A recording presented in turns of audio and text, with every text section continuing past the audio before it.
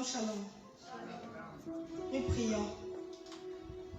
Père, au nom de Jésus, nous te rendons grâce. Nous te bénissons pour ce privilège que tu nous donnes, Seigneur, d'être encore ensemble. Père, merci parce que tu es notre sécurité. Seigneur, nous ne craignons pas parce que nous savons que tu es avec nous. Alors, Père, en ce moment, Seigneur, nous prions encore que tu parles à nos cœurs. Merci parce que les écailles tombent, Seigneur. Merci parce que le vol est ôté. Merci parce que ta voix se fait entendre maintenant dans nos cœurs. Nous nous soumettons à elle. Sois glorifié, Père.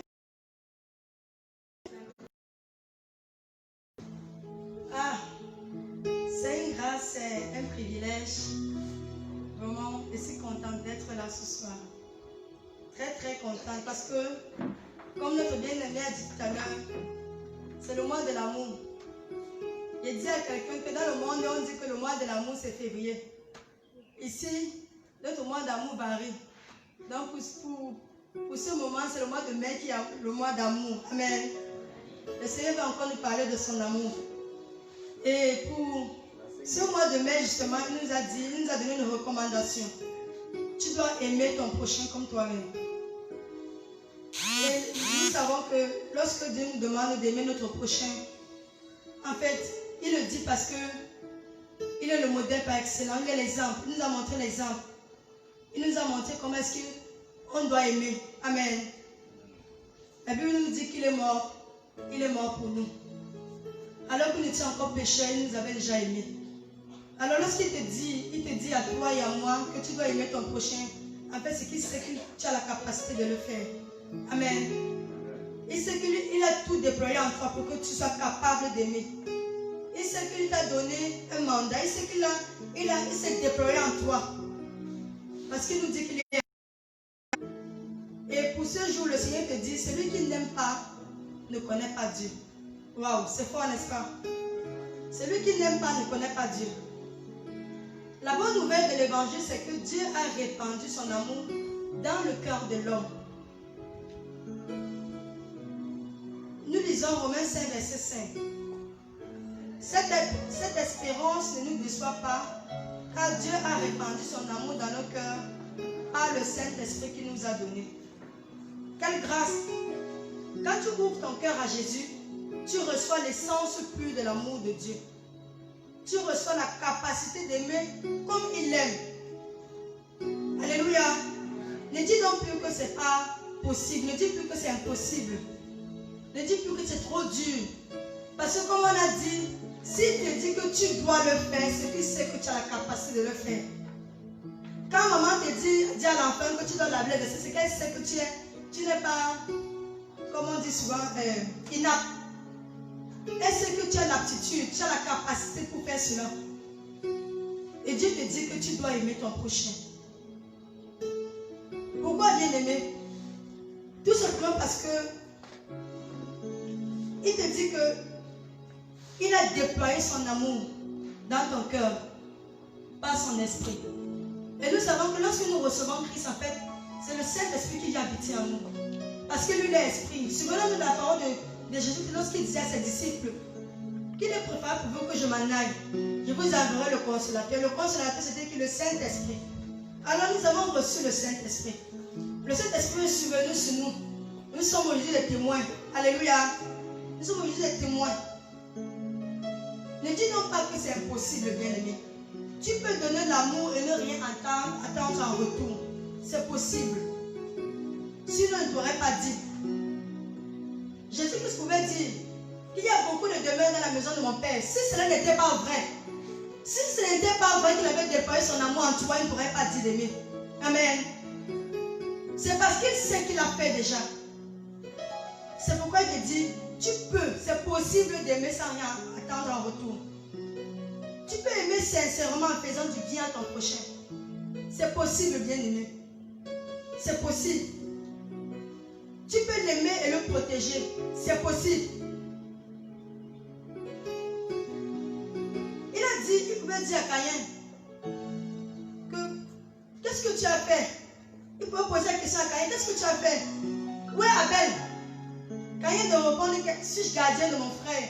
En réalité, quelque part, ce qu'il venait dire qu'il était censé être gardien de son frère. Alléluia. Quand il dit, suis-je gardien de mon frère, c'est qu'en réalité, il y a cette conscience en nous qui chaque fois nous rappelle lorsque nous faisons ce qui est mal. Exemple pour laquelle lorsqu'on pique souvent quelque part, on réagit souvent à l'inverse, juste pour dire quoi, pour confirmer qu'en réalité c'est comme ça qu'on devrait faire. Il pouvait dire que suis-je gardien de mon frère, parce que quelque part, il savait qu'il devrait être gardien de son frère. Amen. Tu peux l'aimer et supporter toutes ses erreurs. Lorsque nous parcourons 1 Corinthiens 13, maman, c'est assez détaillé. On nous parle des attributs, on nous parle des caractéristiques de l'amour. Ce que l'amour fait, ce que l'amour ne fait pas. Tu peux aimer tes ennemis. Lui, en Christ, tu peux aimer comme lui. Bien aimé, pour toi qui me regardes, maman, je voudrais encore dire quelque chose. On a longtemps reçu des informations. On nous a longtemps reçu certains enseignements selon lesquels le sorcier doit mourir. Selon lesquels, non, il peut aimer seulement ceux qui t'aiment. Que celui-là, celui qui a fait, je ne sais pas quoi, qui a fait mourir ton enfant, je ne sais pas quoi, celui-là qui t'a volé ne mérite pas. Il ne mérite pas que tu pries pour lui. Mais souvenons-nous que lorsque le Seigneur dit dans Romains 12, verset 2, que nous devons laisser transformer par le renouvellement de l'intelligence. Bien aimé, il faut que toutes ces choses soient désormais purgées en toi. Laisse que le Saint-Esprit purge cela en toi. Parce que la vérité, c'est quoi? Il dit que celui qui m'aime va aimer son prochain. Et quand il parle de prochain ici, la bien-aimée, quand il parle ici de prochain, ce n'est pas seulement quelqu'un, il veut dire quelqu'un de ta famille, ce n'est pas seulement le membre de ta communauté.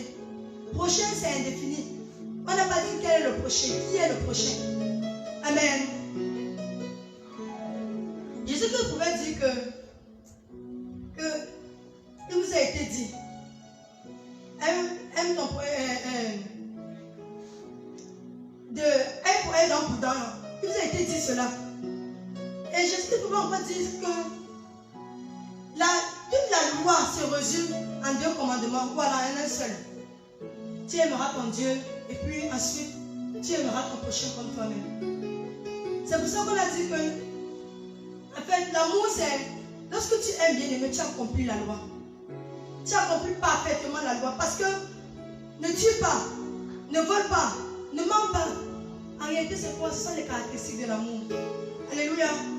Ce sont les caractéristiques de l'amour. Oui, en Christ, tu peux aimer comme lui. C'est possible, bien aimé. C'est possible d'aimer celui-là qu'on a taxé de persécuteur.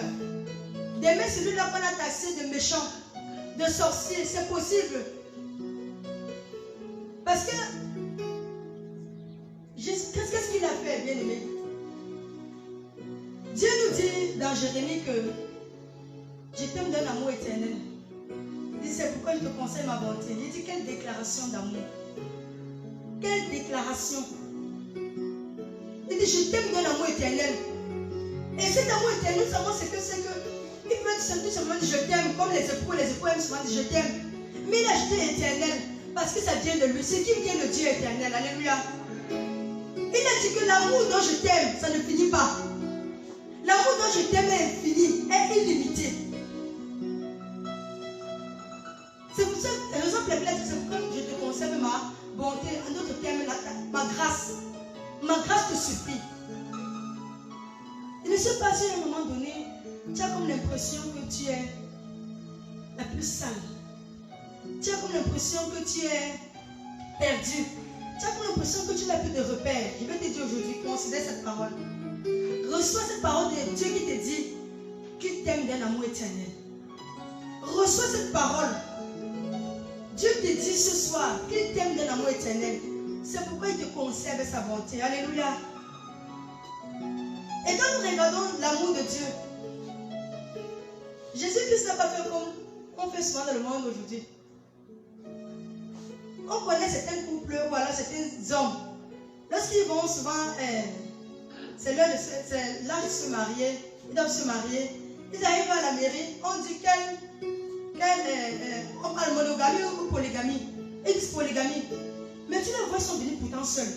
Il est venu une seule femme. Et quand vous posez la question, il vous dit ceci, on ne sait jamais. On ne sait. On dit souvent que les femmes changent. On ne sait.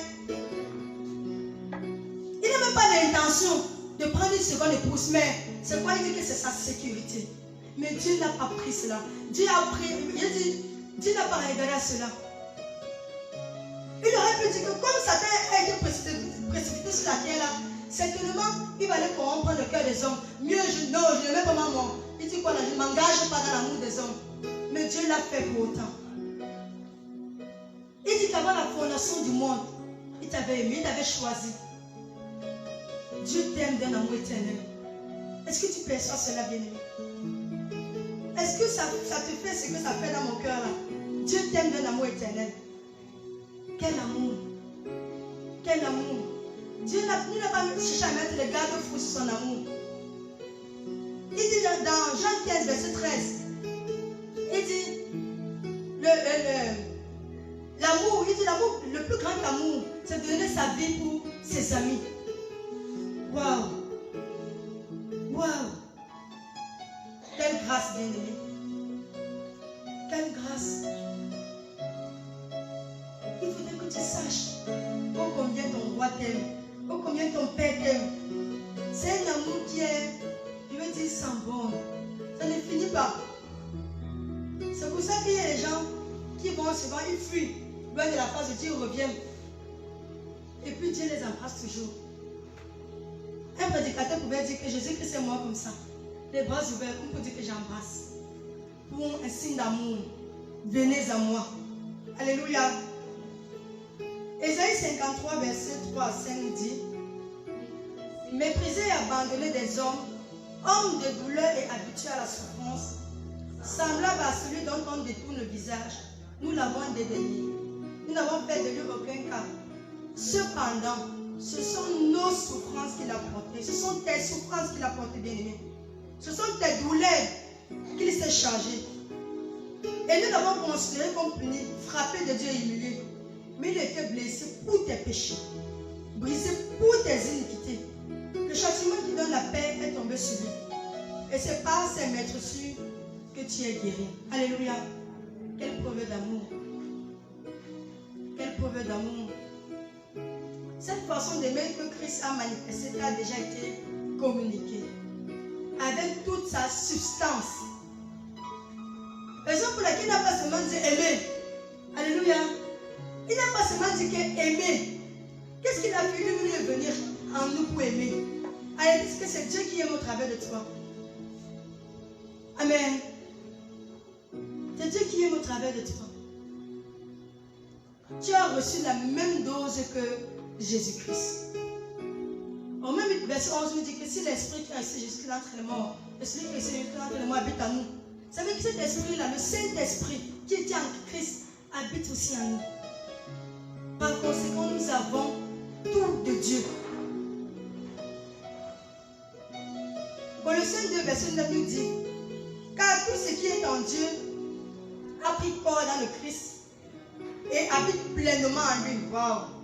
J'aime bien cela. Et c'est par lui que vous avez tout reçu pleinement. Lui qui domine toute autorité et tout pouvoir spirituel. Bien aimé, Jésus a dit ceci. Dans Luc 2 dit: vous avez tout pleinement en Christ. Je me demandais ceci. Dans tout, qu'est-ce qui manque? Dans tout, qu'est-ce qui manque? Il y a tout dans toi-même. Il y a tout, c'est un ensemble. Rien ne manque dans tout. Ça veut dire que tu as la plénitude de l'amour de Dieu en toi. Vous avez tout pleinement en lui. Ne cherchez pas seulement l'or et l'argent, ne seulement que l'or et l'argent lui appartient. L'amour aussi lui appartient, il s'habite en toi. Amen. Ne cherchez pas seulement la prospérité. Quand on sait souvent s'il y a des versets, c'est qu'on veut avoir quelque chose. Mais aussi, pour manifester quelque chose aussi, la chose de Dieu. Citons souvent ces versets. Nous avons tout pleinement en Christ. Tu as reçu en Christ un amour puissant. Je veux même dire que tu as reçu la totalité de l'amour en toi. Parce que tu as tout pleinement. Tu as reçu un amour puissant, renversant, bouleversant. Un amour qui permet que bon et méchant cohabitent.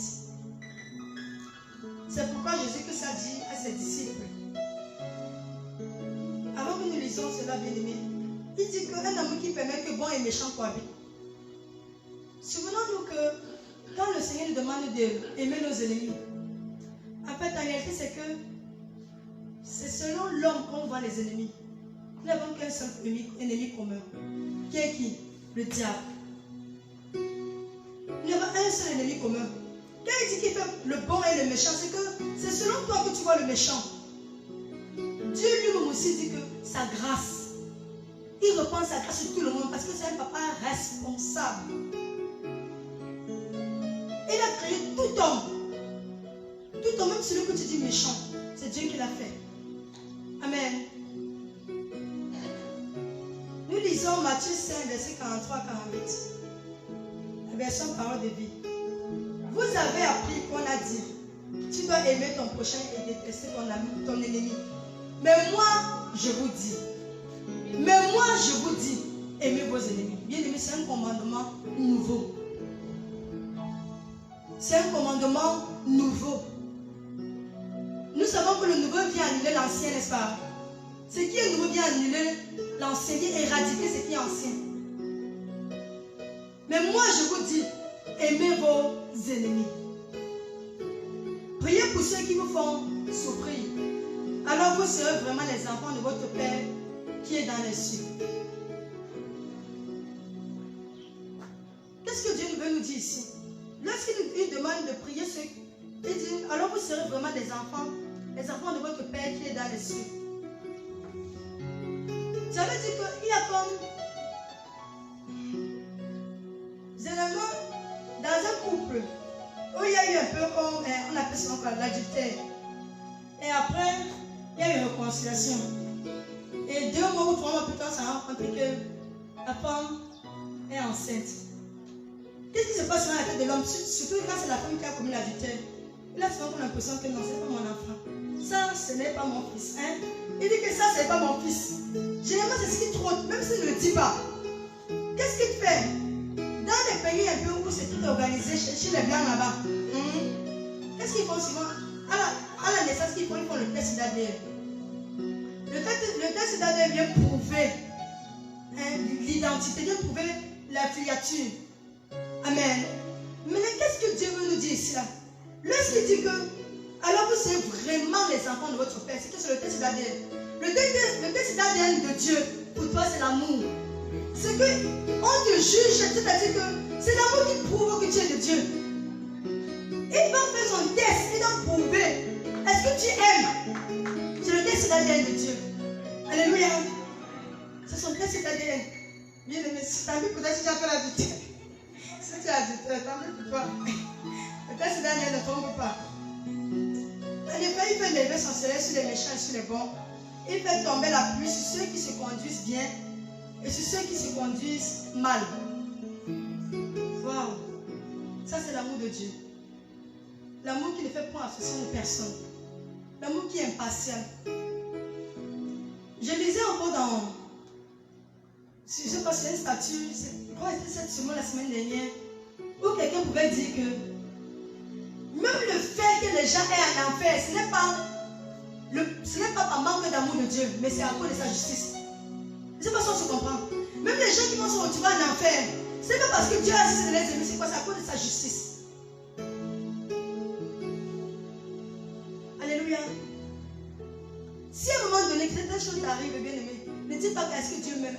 Pourquoi? Si tu m'aimes, pourquoi cette chose m'arrive? Non, il t'aime. Il t'aime. C'est que parfois, toi-même, tu compliques ta situation. Si vous aimez seulement ceux qui vous aiment, quelle récompense est-ce que Dieu va vous donner? Même les employés des impôts font la même chose que vous. Vous savez pourquoi? Est-ce que dans la version, on disait employés des impôts? Comment on connaît comment est-ce qu'ils font? Et si vous saluez seulement vos frères et vos soeurs, qu'est-ce que vous faites d'extraordinaire? Même les gens qui ne connaissent pas Dieu font la même chose que vous. Et rappelons-nous que le Seigneur nous a dit que nous sommes participants de la nature divine. Tel il est, tel nous sommes aussi. Et nous savons que Dieu est esprit. Il a dit que ceux qui l'adorent doivent l'adorer en esprit et en vérité. Ça veut dire que nous sommes d'abord esprit. Amen. Nous sommes d'abord esprit. Ça veut dire quoi? Ça veut dire qu'on ne doit pas faire les choses de façon naturelle. Ce n'est pas l'ordinaire. L'ordinaire, ce n'est pas... Non, ce n'est pas notre portion. C'est l'extraordinaire qui doit devenir notre ordinaire. Amen. Parce que l'extraordinaire pour le monde aujourd'hui, c'est quoi? C'est d'aimer celui-là qui tombe, tu sais, qui t'a poignardé dans le dos. Quand dans une société, tu arrives à aimer même ceux, on est venu te dire, est-ce que tu sais que c'est lui qui a fait comme ça? On te voit aimer, on te voit comme pour un dingue, pour un cinglé. On dit, celui-ci, comment même? On a lavé ton cerveau. Bien, mais tu qu'on a lavé mon cerveau. On peut le dire, oui. Si c'est ça, laver le cerveau, c'est qu'on a lavé, qu'on lave encore. Parce que tel mon père est tel, je suis aussi dans ce monde. Même les gens qui ne connaissent pas Dieu font la même chose que vous. Soyez donc parfaits. Et ce qui est merveilleux, c'est que lorsqu'on parle de parfait, ici, on ne peut pas parler de parfait dans les œuvres. On parle de parfait dans l'amour. Il nous dit que l'amour, c'est le lien de la perfection. Nous ne sommes que parfaits dans l'amour. Comme votre Père dans le ciel est parfait. Et si vous saluez seulement vos frères, que faites-vous d'extraordinaire? Les païens aussi agissent ainsi. Avec tout cet équipement bien aimé, le Saint-Esprit étant à l'œuvre dans ta vie, tu dois aimer comme lui. Ton langage et les actes que tu poses doivent désormais changer. Si tu n'arrives pas à aimer, prends la chose au sérieux et pose-toi certaines questions. Bien aimé, ne pose pas la question de savoir est-ce que je dois aimer? Aime. Parce que tu as reçu l'amour de Dieu. Peut-être que ça sommeille encore en toi. Peut-être que tu bagarres encore.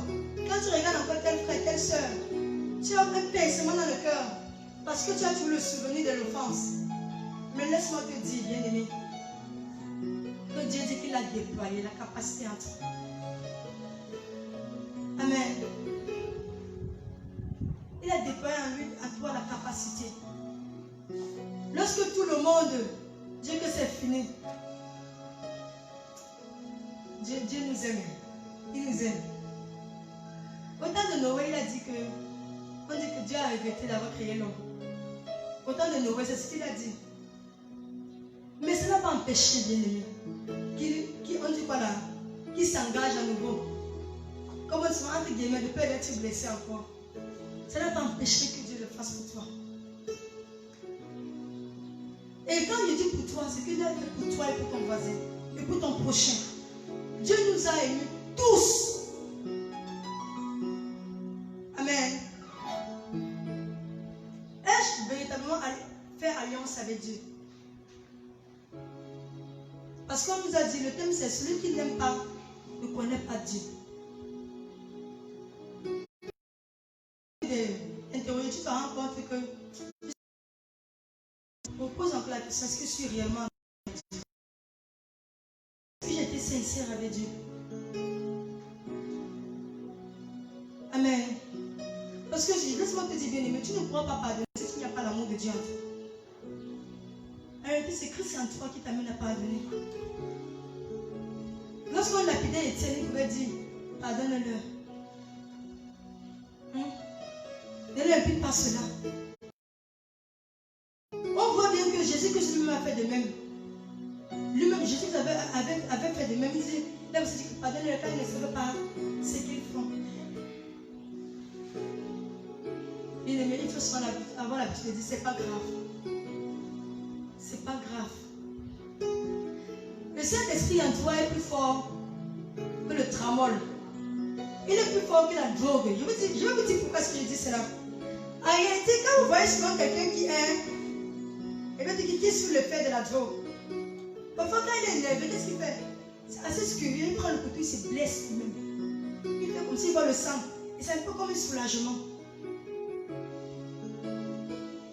Amen. C'est comme un soulagement.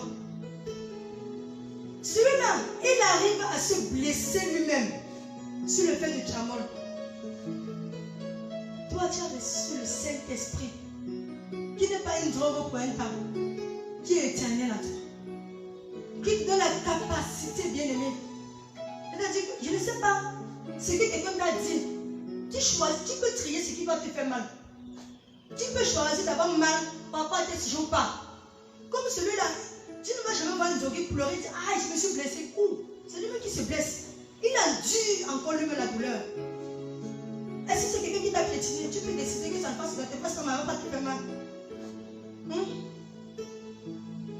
Quand on a mis le clou, bam, 3 fois, elle a dit dans les mains de Jésus. Il n'a pas dit ah non, c'est ça que j'avais fait mal. Non. Il est resté. Jusqu'à ce qu'on a continué, on allait au pied. Mais tu peux décider de supporter la douleur. La douleur de la trahison, tu peux décider de supporter cela. Supportez-vous les uns les autres. Parce que Christ lui-même nous a supportés dans nos offenses. Il nous a supportés lorsque nous étions encore pécheurs. Il nous a révélé son cœur, il nous a révélé sa grâce. Est-ce que je suis vraiment né de nouveau? On en a parlé. Suis-je conscient de ma nouvelle vie en Christ? Voilà encore autre chose. Parfois, nous ne vivons pas certaines choses tout simplement parce que nous ne sommes même pas conscients. Est-ce que certaines personnes ont l'impression que non, il y a des gens qui ont reçu. On classe parfois l'amour parmi les dons. Surtout quand tu ne prends pas le temps d'aller examiner les Écritures. Tu dis que non, l'amour de Dieu c'est un don. Maman, toi, tu as le don d'aimer. Aime. Non, toi, c'est pour toi. Amen. C'est pour nous tous. Quand le Père n'a pas dit est-ce que tu veux aimer ton Père, il a dit tu dois. C'est que you must. Et tu as la capacité de le faire. Suis-je conscient de ma nouvelle vie en Christ? Ai-je reçu les enseignements nécessaires pour apprendre à aimer comme Christ? Bien-aimé, si réellement tu dis que tu es de Christ, si réellement tu te réclames de Christ, alors il est bon de chaque fois s'examiner, examiner. Est-ce que le caractère que j'affiche vient de Christ ou alors ça vient du monde? Qui je suis réellement? Est-ce que ce que je suis trouve son fondement en Christ? Ou alors ça trouve son fondement dans le monde? Est-ce que tu es conscient de cette nouvelle vie en Christ? Ceux qui sont en Jésus-Christ. Alléluia. Comme ne condamne plus, ne dis pas que nous, ceux qui sont dans le monde, comme ne condamne pas. Parce que souvent nous, il a dit qu'il ne vient pas, il n'est pas venu dans le monde pour juger, pour condamner, mais il est venu pour sauver. Et tu es le relais du salut. Amen. Est-ce que je prie suffisamment pour manifester l'amour selon Dieu? Bien-aimé, je vais encore t'encourager. Si après tout cela, tu te rends compte que jusque-là, ça ne décolle pas, tu as eu du mal, je t'invite à prendre vraiment cela aussi. Prie. Prie.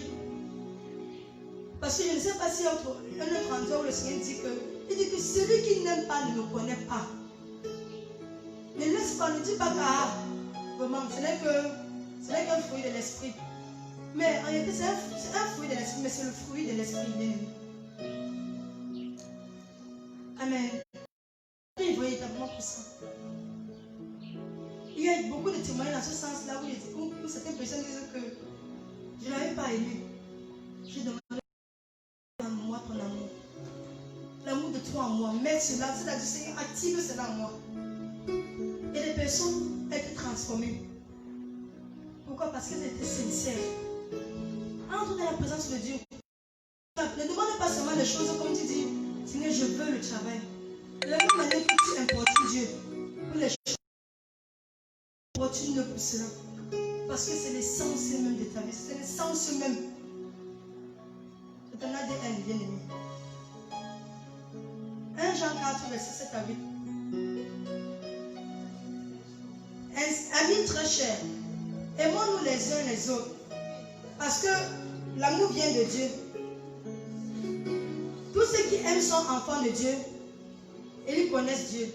Ceux qui n'aiment pas ne connaissent pas Dieu parce que Dieu est... Oh, ça c'est parole de Dieu, quoi, c'est limpide, non? Ceux qui n'aiment pas, il n'y a pas demi-mesure ici. Il est assez clair. Ceux qui n'aiment pas de l'amour de Dieu ne connaissent pas Dieu. Et on a dit, On a longtemps dit cela, que l'amour, ce n'est pas un sentiment. L'amour, ce n'est pas comme seulement le dictionnaire décrit une affection. Que non, j'affectionne quelqu'un, ça veut dire que je l'aime. Non. L'amour, c'est une personne. L'amour, c'est Jésus-Christ. L'amour, c'est Jésus.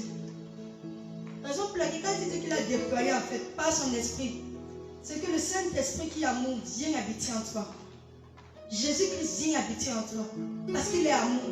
Dieu est amour. Amen. En effet, si tu connais Dieu, si tu as une intimité avec lui, tu ne dois pas tolérer la haine.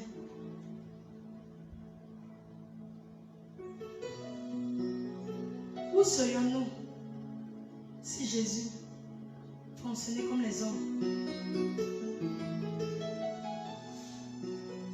Tu ne dois pas refuser de saluer ton prochain, de lui manifester l'amour pour quelque raison que ce soit. Oui, bien-aimé. Et chaque jour, ton amour est éprouvé. Chaque jour, ton amour est éprouvé. Comment? C'est que il y a même des personnes qui me disent, dans les lieux de service, ils sont souvent confrontés à certains défis. Et puis, ils se disent que non, si je fais comment il fait, est-ce que je vais faire comment ici, je vais faire comment là-bas. Je peux dire, c'est un collègue. Le collègue t'a tellement mis les bâtons dans les roues que le jour il part. Voilà, peut-être le jour où on dit que peut-être on le sanctionne. Tu fais ouf, enfin. Le sorcier est parti. Le bandit est parti.